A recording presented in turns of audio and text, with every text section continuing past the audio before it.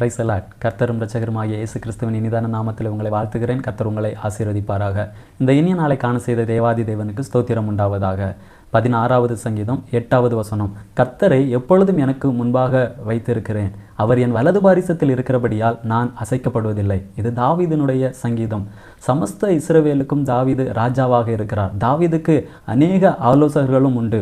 தாவீதினுடைய படையிலே தன்னுடைய உயிரையும் அற்பமாக எண்ணிய 3 சேவகர்கள் இருந்தார்கள். இவை எவைகளின் மேலும் தாவீது நம்பிக்கை வைக்காமல் தாவீது சொல்லுகிறார், கர்த்தரை எப்பொழுதும் எனக்கு முன்பாக வைத்திருக்கிறேன் என்று. அப்சலோம் தாவீதுக்கு எதிராக எழும்பி வந்த பொழுது தாவீதினுடைய ஆலோசகராக இருந்த அகித்தோப்பேல் அப்சலோமை சார்ந்து கொண்டு தாவீதுக்கு விரோதமாக அநேக ஆலோசனைகளை கொடுக்கிறார்.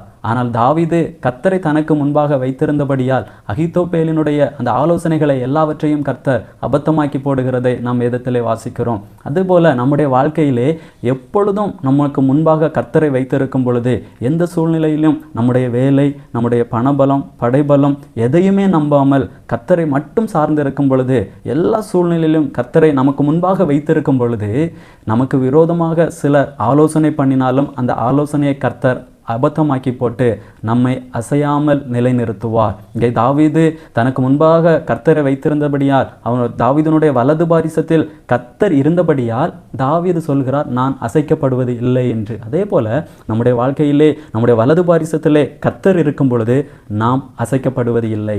ஜெபிக்கலாமா? நல்ல தகப்பனே, எங்களோடு பேசின வார்த்தைக்காக உமக்கு ஸ்தோத்திரம். நாங்கள் எப்பொழுதும் உம்மை எங்களுக்கு முன்பாக வைத்துக்கொள்ள கர்த்தர் எங்களுக்கு உதவி செய்வீராக. உம்முடைய நாமத்தை மகிமைப்படுத்தும். இயேசுவின் நாமத்தில் பிதாவே, ஆமேன். God bless you.